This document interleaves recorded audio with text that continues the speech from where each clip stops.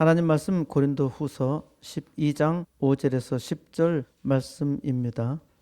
그러므로 내가 그리스도를 위하여 약한 것들과 능력과 궁핍과 박해와 곤고를 기뻐하노니 이는 내가 약한 그때의 강함이라. 아멘. 아주 어려운 문제 하나 내겠습니다. 인간적으로 볼 때 우리나라에서 가장 불행하며 가장 불쌍하며 동시에 가장 억울한 사람은 누구일까요? 예, 누굴까요? 힌트를 드릴까요? 유명한 자 같으나 무명한 자요. 죽은 자 같으나 살아있고 징계 받는 자 같으나 죽임을 당하지 아니하고 항상 기뻐하는 자 같으나 근심하고 많은 사람을 부유하게 한 자 같으나 가난하고 모든 것을 가진 자 같으나 아무것도 없는 자로다. 이 말씀은 제가 고린도 후서 6장 9, 10절에 나오는 말씀을 패러디한 것입니다. 떠오른 사람이 없나요? 그녀는 모든 것을 가졌으나 모든 것을 잃었습니다. 그녀는 아무것도 가지려는 것이 없었으나 모든 것을 가졌다고 합니다. 많은 사람들이 칭송하였으나 많은 사람들이 비난하였습니다. 많은 돈을 갈취하려고 했고 국정농단을 했다고 합니다. 누군지 아시겠어요? 이것이 사실인가요? 그녀는 돈에 아무 관심이 없었고 가난하게 살아왔습니다. 그녀는 18년 동안 파란 궁정에서 왕녀로 살았습니다. 세상을 먼저 떠난 어머니 대신 영부인 노릇하며 계속 거기서 살 줄 알았죠. 그런데 아버지도 떠나버리자 궁정에서 쫓겨나 독재자의 딸이라는 누명으로 불행하게 살았습니다. 아버지가 독재였는데 딸이 독재한 것은 아니잖아요. 독재의 딸로 태어나서 대학 입학의 특권이나 기업 특채가 있었던 것도 전혀 아닙니다. 그녀는 당시 하류대학, 지금은 상류대학인 서울에 있는 모 대학을 졸업했습니다. 18년 독재에 돈도 없어요. 어느 날 갑자기 대통령이 되었다가 급 추락했지요. 왜 그녀가 불행하게 되었을까요? 왜 그렇게 되었다고 생각하나요? 악마가 그녀에게 마녀 프레임을 씌운 것입니다. 제가 이렇게 말하면 분노하는 사람이 있을 것입니다. 확실하게 분노하는 것은 악마입니다. 사탄도 자기를 광명의 천사로 가장합니다. 이것은 이상한 일이 아니라 하였습니다. 사탄이 자기를 광명의 천사로 가장하는 것은 본업입니다. 가짜라는 것이 무엇입니까? 가짜는 가짜지요. 그런데 진짜가 되고 싶은 게 가짜이잖아요. 그러니까 가짜지요. 가짜의 목적이 무엇입니까? 가짜는 진짜를 흉내내는 겁니다. 그러니까 사탄은 하나님처럼 가장하는 것입니다. 우리 이웃에 우상이 들어옵니다. 불상이 들어올 것인데 불상은 정말 불쌍합니다. 불상은 이 땅에서 가장 많은 돌도 아니고 아마도 제가 생각하기에는 플라스틱 재질의 황금색을 처발라 놓았을 겁니다. 불공을 드리는 사람은 불쌍하게도 불쌍에게 복을 구합니다. 참으로 불쌍한 일 아닌가요? 플라스틱 불상이 무슨 복을 주나요? 그런데 사람들은 불쌍하게도 죽도록 불상을 믿는 겁니다. 그러니까 불쌍하지요. 제가 이런 말을 하면은 종교 탄압이라 하면서 저를 탄압할 자가 있을런지 모릅니다. 사람들이 불쌍해요? 어리석어요? 어리석으니까 불쌍한 겁니다. 사탄은 사람에게 복을 주는 것처럼 가장하지만은 사탄이 좋은 일을 하는 것은 전혀 없습니다. 좋은 일을 하는 것처럼 사람을 속일 뿐입니다. 사탄의 졸개는 종종 사람에게 마녀 프레임을 씌웁니다. 마녀 사냥이라고 하지요. 그녀는 마녀 사냥의 희생자였습니다. 저는 현재 그녀를 변호할 생각이 없습니다. 물론 변호할 능력도 제게는 전혀 없어요. 다만 사람들이 진실을 알기를 원할 뿐입니다. 불행하고 불쌍하게 사는 것은 살 수 있겠지만은 억울하게 사는 것은 정말 살기 힘듭니다. 많은 고충과 많은 나이와 나쁜 건강에도 살아 있다는 것은 어떤 면에서 보면 기적입니다. 저는 그녀가 오래 살지 못하고 죽을까 상당히 염려스러웠습니다. 옥중에서 성경을 읽고 있다는 이야기를 읽었습니다. 저는 그녀가 예수님 만나기를 간구합니다. 그리하여 전에는 소경이었지만 이제는 보기를 원합니다. 전에는 저주 속에서 힘들게 살았지만 이제는 몸은 옥에 있으나 빛 가운데 복되게 살기를 간구합니다. 그녀의 억울함이 풀릴 때까지 살아야 하고 이전에 마귀의 종으로 살았던 때를 후회하며 세상의 빛으로 나타나기를 간구합니다. 아직도 이런 이야기를 들으며 치를 떨며 분개하는 사람이 있을 겁니다. 고린도 후서 11장 15절에 사탄의 졸개들도 자기를 의의 일꾼으로 가장하는 것이 전혀 이상한 일이 아니라고 하였습니다. 그리고 보통 사람들은 사탄의 말에 아담과 하와가 속았듯이 속고 있습니다. 사람은 속고 속아도 속는 줄 모릅니다. 이것이 사탄에게 속는 아담의 후회라는 것이고 사람은 이와 같이 다 어리석습니다. 하나님께서 많은 은혜를 주셔도 어리석어서 자주 죄에 빠지잖아요. 하나님께서 은혜 주셔도 죄에 빠지지 않는 사람은 단 한 사람도 없지요. 그러니까 불쌍한 사람에게는 항상 하나님의 은혜가 필요합니다. 왜 그녀가 불행하게 되었을까요? 그녀가 하나님을 믿는다면 확실하게 깨달을 것입니다. 불행의 원인은 악마에게 있었던 것이 아니라 자신에게 있음을 깨닫고 회개할 것입니다. 이것이 하나님 앞에 돌아온 사람들의 공통적인 태도이죠. 남의 탓이 아니라 자기 탓이라는 것이죠. 첫째는 하나님을 믿지 않았다는 것에 대해 회개할 것이고, 둘째는 자신이 무능하다는 사실에 회개할 것입니다. 이를 깨달으며 하나님을 믿을 수 있음에 더욱 감사할 것입니다. 인간적인 측면에서 잠시 엿볼까 합니다. 사람들은 그녀를 열렬히 환호했습니다. 그녀는 열심히 국가 경제 발전을 위해 전력을 다했습니다. 그녀가 이 나라 최고의 수장이 된 목적이 경제였지요. 경제가 자기의 사명이라 믿었기 때문에 열심히 했어요. 그런데 경제는 심히 어려운 숙제였습니다. 어떤 사람도 경제적 문제를 지혜롭게 해결할 만한 사람이 없어요. 개인적인 회사는 크게 할 수 있지만은 국가 경제에 경제학자가 움직여서 그렇게 만들 수 있다면 대단히 훌륭한 사람입니다. 그래도 우리나라 과거에는 성공 모델이 있었기 때문에 경제학자들의 수고로 우리나라는 상당히 성공해서 한강의 기적을 이루었습니다. 세상에 이와 같은 나라가 없어요. 하나님께서 우리나라를 크게 불쌍히 여기셔서 은혜를 주신 까닭이요, 하나님의 은혜로 복을 받은 사람들이 하나님을 믿는 믿음으로 성실하게 봉사했기 때문입니다. 물론 하나님을 믿지 아니한 사람도 많이 수고하였고 함께 한 것은 틀림없이 옳습니다.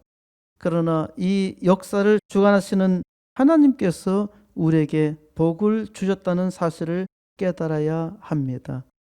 하나님은 때로 믿지 아니하는 사람들을 통해서도 크게 일하시는데, 하나님께서 바벨론 왕 느부갓네살을 통해서도 일을 하셨고, 또한 페르시아의 키루스 대왕을 통해서도 일을 하셨습니다.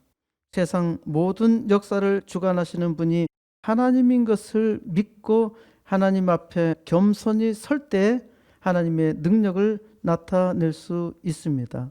그녀는 창조 경제라는 이름으로 국가 경제의 도약을 꿈꾸며 부지런히 일했는데 어느 날 세월호로 벼락을 맞은 것입니다. 그녀의 주변에 있던 모든 사람들은 다 자기만 살려고 주랭랑을 쳤습니다. 그녀가 창조 경제를 세우지 못했던 것은 사람이 없었기 때문입니다. 아무도 창조 경제를 일으킬 만한 동력자가 없었고 주변 사람들은 권력만 추구했습니다. 그래서 악마가 한 방 치자 금방 무너져 내린 것이죠. 악마는 끝까지 전가합니다. 무당은 신내림을 받았다는 강신무는 사악한 귀신인데 무당은 굿으로 악귀를 쫓아낸다는 것입니다. 잘 안 되는 것은 모조리 남 탓이지요. 이것이 우리의 의식 속에 사로잡혀 있단 말입니다.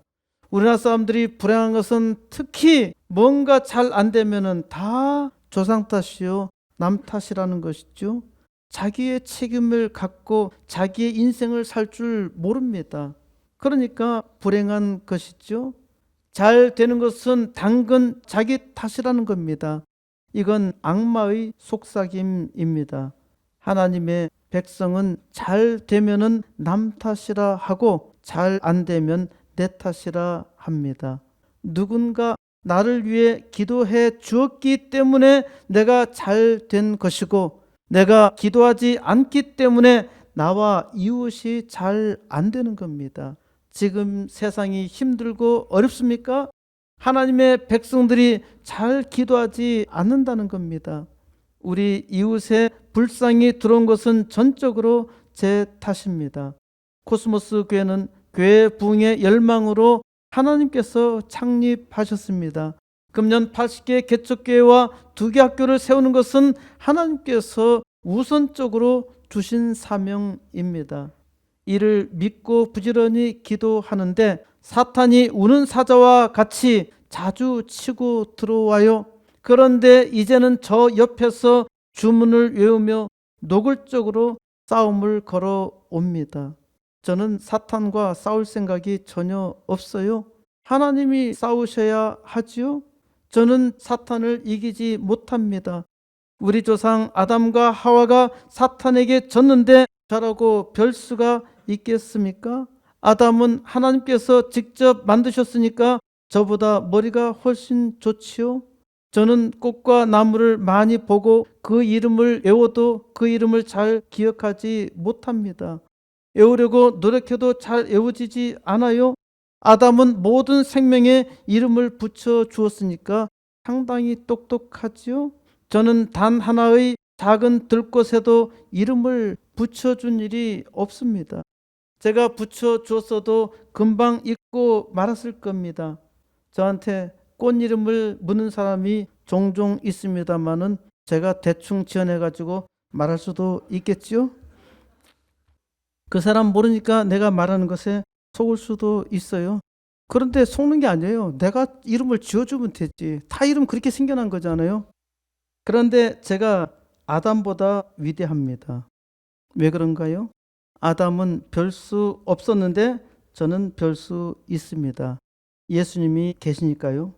요한복음 14장 14절 내 이름으로 무엇이든지 내게 구하면 내가 행하리라. 예수님의 이름으로 무엇이든지 예수님께 구하면은 예수님께서 행하신다는 약속, 이보다 더 위대한 약속이 어디에 있습니까? 예수의 이름으로 아버지께 무엇을 구하든지 다 받게 하신다고 하셨어요. 이 약속이 위대하잖아요. 저는 이 약속 때문에 사는 겁니다. 이 약속을 믿고 기도할 뿐입니다. 기도는 제가 할 일이에요. 그러나 저 혼자만의 힘으로는 많이 어렵습니다. 마태복음 18장 20절 두세 사람이 내 이름으로 모인 곳에는 나도 그들 중에 있느니라.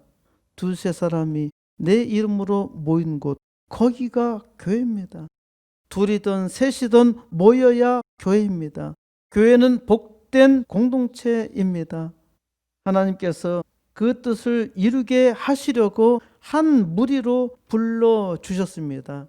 교회는 예배당 건물이 아니라 부름받은 무리가, 부름받은 바로 우리 자신들이 교회입니다. 그러므로 한 공동체 교회로 부르심을 받은 성도는 함께 한 가지 소망으로 기도해야 합니다. 우리가 함께 기도할 때 하나님께서 우리의 기도를 통해서 위대한 역사를 이루십니다. 항상 기도하라 말씀하셨잖아요. 항상 기도하세요. 코스모스 교회 부흥을 위해 함께 동력하게 해달라고 기도하세요. 사탄의 졸개들도 회개하는 역사가 일어나게 해달라고 기도하세요. 하나님의 축복을 감당하게 해달라고 기도하세요. 금년 80개 개척교회와 2개 학교 세우는 일을 시작하게 해주세요. 이 기도를 믿음으로 하면 이미 반은 시작한 것입니다. 사탄을 물리쳐 주시고 그 졸개들은 해방시켜 주시고 오히려 하나님을 믿게 해 주세요. 하나님께서 이 기도, 이 간절한 기도에 응답해 주십니다. 교회가 부흥해야 합니다. 그런데 교회가 아파요. 왜 교회가 아플까요? 하나님께서 코린트 교회를 실물 모델로 오늘 우리에게 보여주셨습니다. 코린트 교회는 병든 교회의 전형입니다. 하나님께서 많은 은혜를 주셨음에도 불구하고 코린트 교회는 아주 심각했습니다. 초대 교회 중에 가장 심각한 문제가 있었고 문제 해결하는데 가장 설득하기 어려운 교회가 코린트 교회였습니다. 이 코린트 교회는 오늘날 우리들의 교회의 표상입니다. 그렇기 때문에 우리가 하나님의 복을 감당하려면 코린트 교회를 잘 들여다보아야 합니다. 하나님께서 코린트 교회를 통해서 오늘날 우리에게 계시해 주신 말씀을 잘 들어야 합니다.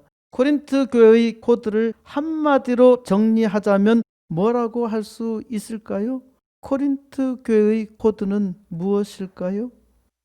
그러면 코스모스 교회의 코드는 무엇인가요? 부흥이죠. 부흥입니다. 부흥. 부흥 전략으로 금년 80개 개척교회와 2개 학교 세우는 일을 기도합니다. 그러면 코린트 교회의 코드는 무엇일까요? 네, 자랑입니다. 코린트 교회의 코드는 자랑입니다. 코린트 교회와 같이 오늘날 병든 교회의 코드도 자랑입니다. 잘 보세요. 코린트 교회는 무엇보다 외모를 자랑하였습니다. 얼마나 똑똑한지, 얼마나 대단한지, 얼마나 빵빵한 집안인지, 얼마나 부자인지, 이건 코린트 교회 교인들의 자랑의 기본이었습니다. 이들은 누구에게 속해 있다는 사실을 자주 강조하였습니다. 이는 교회 안에서 팩거리로 서로 다투는 것이죠. 술이나 담배, 그때는 담배가 없었어요. 그러니까 술 자랑을 하였습니다. 심지어 이들은 자랑하지 못할 것을 자랑하였어요. 성적 부도덕을 자랑하였습니다. 오늘날 교회에서도 커밍아웃을 하기도 하지요. 지금 국가에서는 교회를 탄압하려고 성평등을 법으로 만들어서 핍박하려고 하지요. 이 사악한 계획의 실체를 잘 알아야 합니다. 교회를 대적하고 교회를 무너뜨리는데 목적이 있는 겁니다. 퀴어 축제, 거기에 참가한 사람들이 얼마 될까요?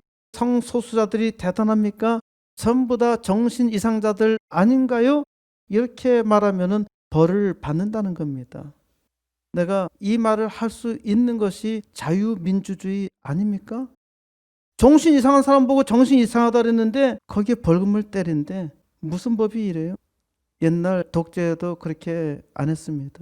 이러한 일들은 하나님의 은혜가 아니라 자기를 드러내는 교만에서 나옵니다. 하나님의 은혜가 없으니까 자랑할 것도 아닌 것까지 자랑한단 말입니다. 심지어 수치스러운 것까지 자랑해요. 하나님의 은혜가 없으니까 자기를 자랑해요. 은혜가 없다는 거죠. 그게 무슨 말인가요? 코린트 교회는 은사가 넘쳤는데요.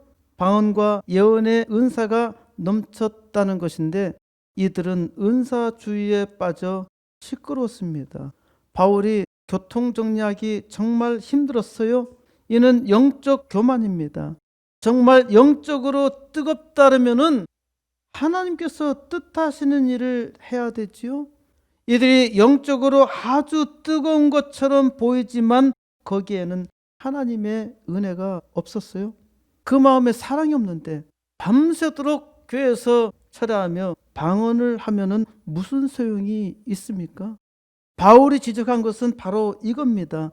은혜의 증거는 사랑입니다. 그래서 바울은 코린트 교회에 사랑이 제일이라고 가르칩니다. 성만찬을 매주마다 시행하는데 먼저 와서 배부르게 다 먹고 술이 취해 있는 상태가 되었는데 이건 성도가 아닙니다. 그래서 바울은 이러한 사람을 가리켜서 자기 죄를 먹고 마시는 것이라 말하였습니다. 코린트 교회는 교회 부흥에 아무 관심이 없었어요. 정말 지금도 이 지상에서 은혜가 충만한 교회라면 교회 부흥을 사모해야 합니다. 코린트 교회는 전도에도 전혀 관심이 없었습니다. 그런데 돈에 대해서 아주 민감하였어요. 그래서 바울은 코린트 교회 사람들의 돈을 한 푼도 쓰지 않으려고 했습니다. 몇 번씩이나 강조해서 말합니다. 너희를 위해서 아카이아 여러 교회에서 마케도니아 교회에서 너희를 오히려 도왔다. 오늘날 교회도 너무 많이 닮았지 않나요? 교회가 은혜가 없으면 다 이와 같은 겁니다.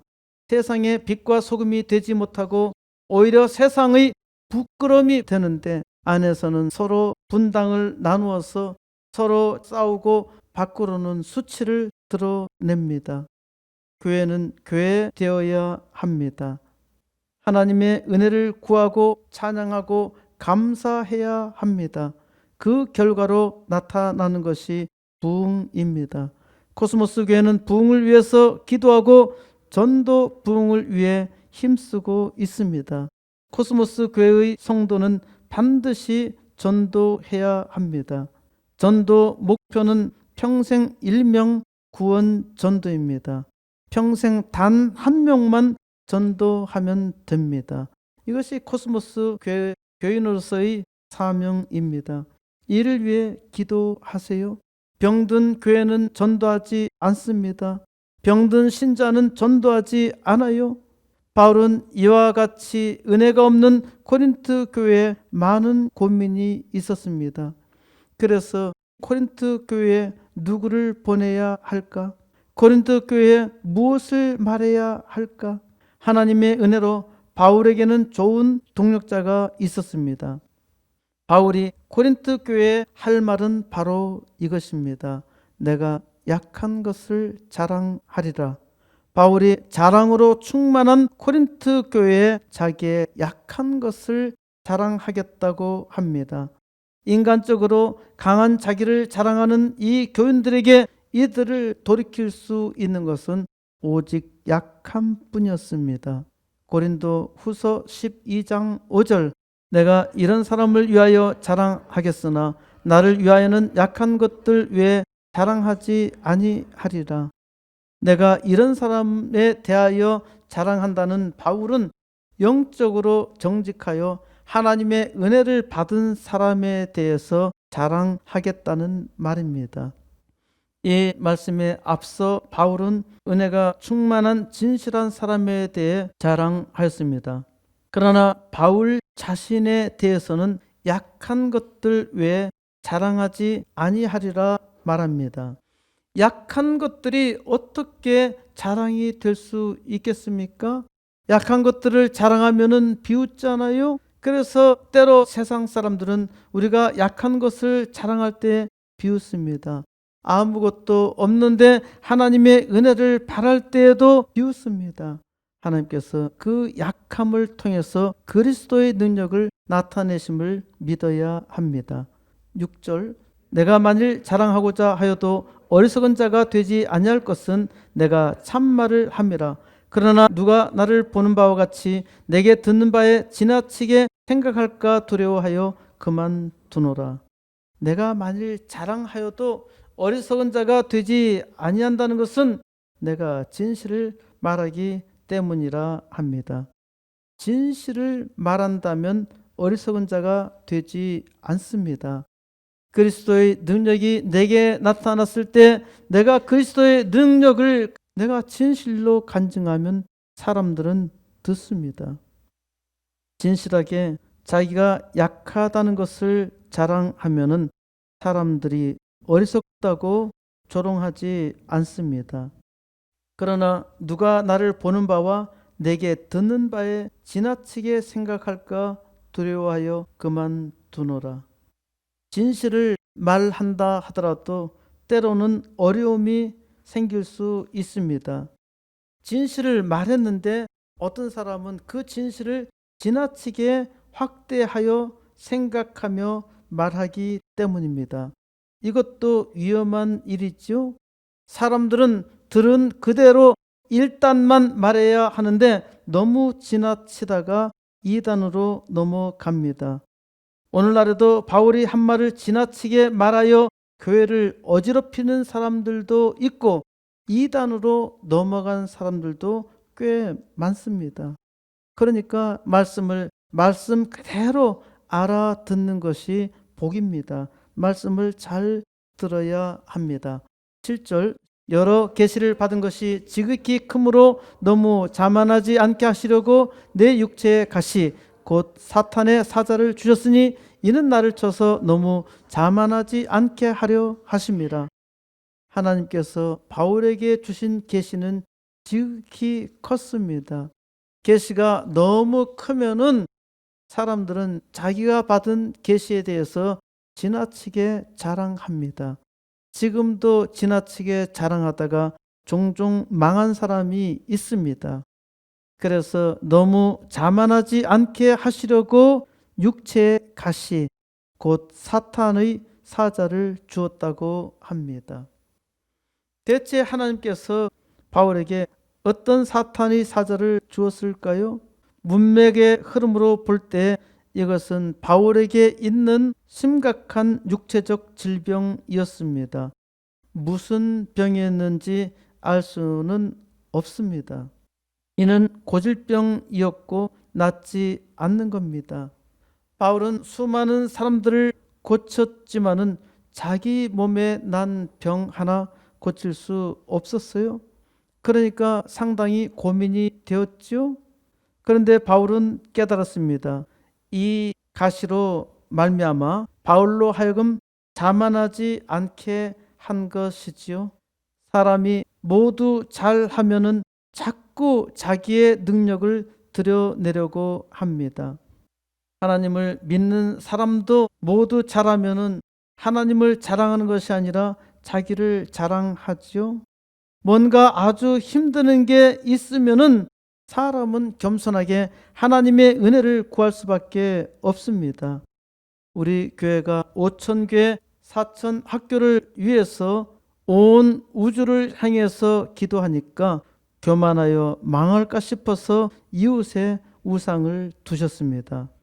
우리로 하여금 항상 우상을 경계하여 기도하게 하시니 더욱더 하나님의 은혜를 겸손하게 구할 수밖에 없는 것입니다. 우상이 있어도 감사하고 없어도 감사한 거예요. 믿음의 사람들은 두려울 것이 아무것도 없습니다. 힘내세요. 두려워하지 마세요. 오직 하나님을 의지하세요. 8절, 이것이 내게서 떠나가게 하기 위하여 내가 3번 주께 간구하였더니 3번 주께 바울은 간구하였습니다. 기뻐하였습니다. 바울 참 깔끔하죠? 3번 딱 기도하고 집어치운 겁니다. 하나님의 계시를 일찍 깨닫고 포기한 것이죠. 우리도 이웃의 우상이 있는데 딱 3번 기도하고 포기할까요?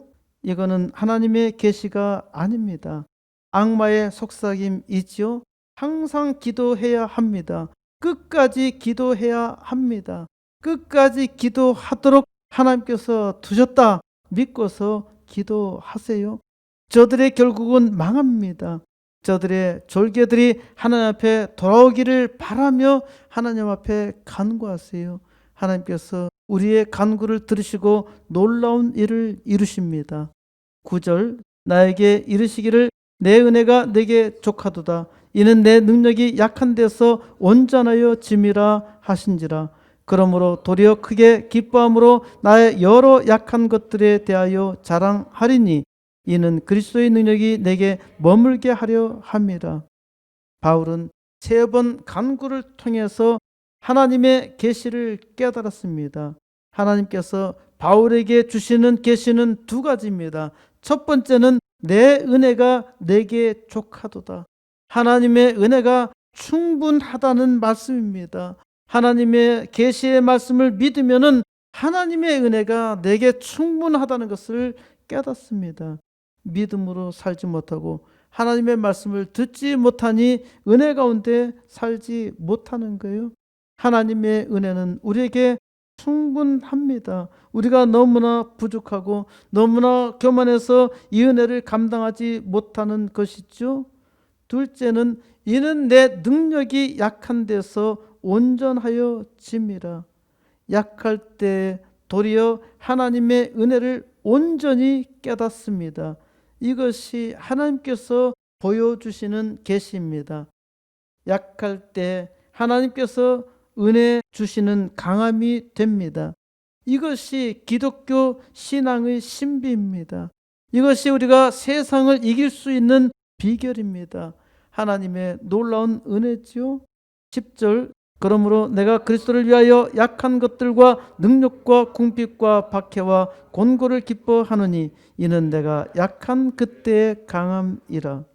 그러므로 바울은 그리스도를 위하여 약한 것들과 능력과 고난과 핍박과 곤란을 기뻐하였습니다.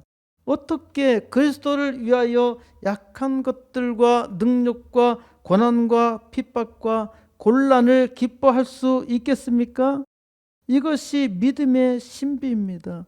기독교 신앙의 신비이죠. 이는 내가 약할 그때에 곧 강함이라. 내가 약할 그때에 그것이 바로 강함이라는 말씀입니다. 이거는 하나님께서 주신 은혜를 체험한 사람만 깨닫습니다. 내가 약함이 곧 강함이라. 약함이 강합니다. 이해하기 어렵지요? 하나님께서 은혜 주시면 깨닫습니다.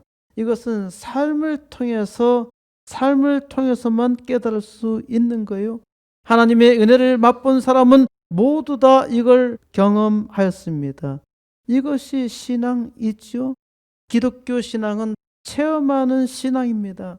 하나님께 나온 사람은 모두 다 깨닫습니다. 하나님께서 주신 은혜를 통해서 하나님을 믿는 것이지요.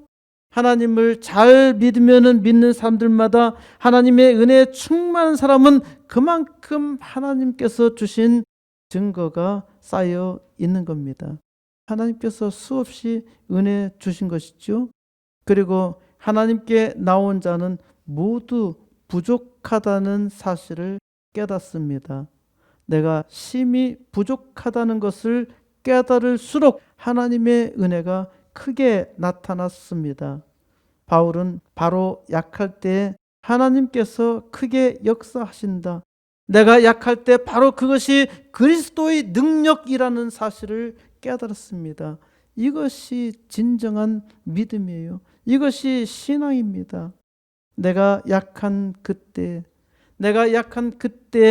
곧 이것이 강함입니다. 약하면 기도하지요. 하나님의 은혜를 구합니다. 바울은 3번 기도하면서 깨달았습니다.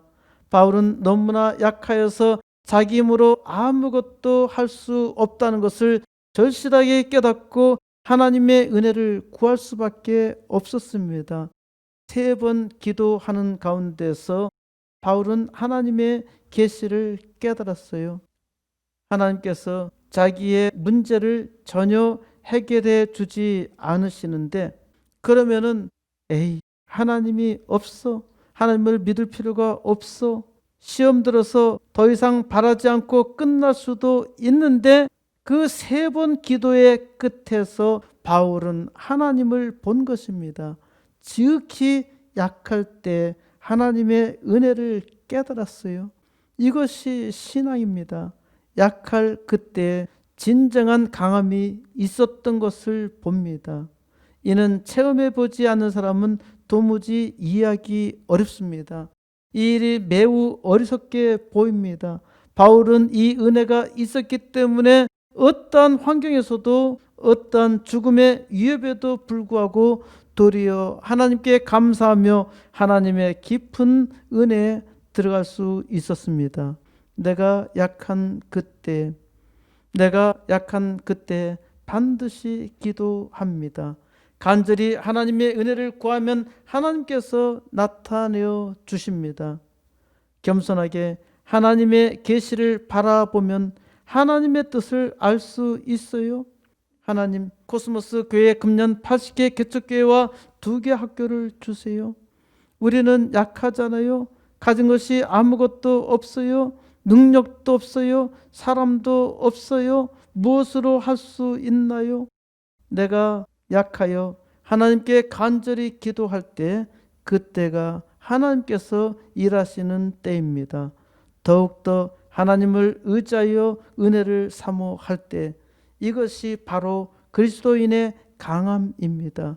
그리스도께서 그 능력으로 일하시기 때문입니다. 그러면 세상 어떤 것도 이길 수가 없어요. 믿음은 모든 것을 다 이깁니다. 우리는 하나님의 뜻에 따라 기도합니다. 하나님께서 역사하시는 것을 믿음으로 보세요. 아직도 보이지 않습니까? 기도하세요. 이 시대의 교회 부흥을 간구하세요. 절망적이지요, 힘들지요, 어렵지요. 그럴수록 더욱더 내가 약함을 깨닫고 하나님의 은혜를 구하세요. 하나님께서는 반드시 함께하는 종들의 기도를 통해 일하십니다. 이제 코스모스 교회에 부름받은 하나님의 종들이 다 함께 기도하며 우리가 지극히 약한 때 그리스도의 능력으로 크게 역사하시는 하나님의 증거를 온 땅에 나타내시기를 우리 주 예수 그리스도의 이름으로 간절히 축원드립니다.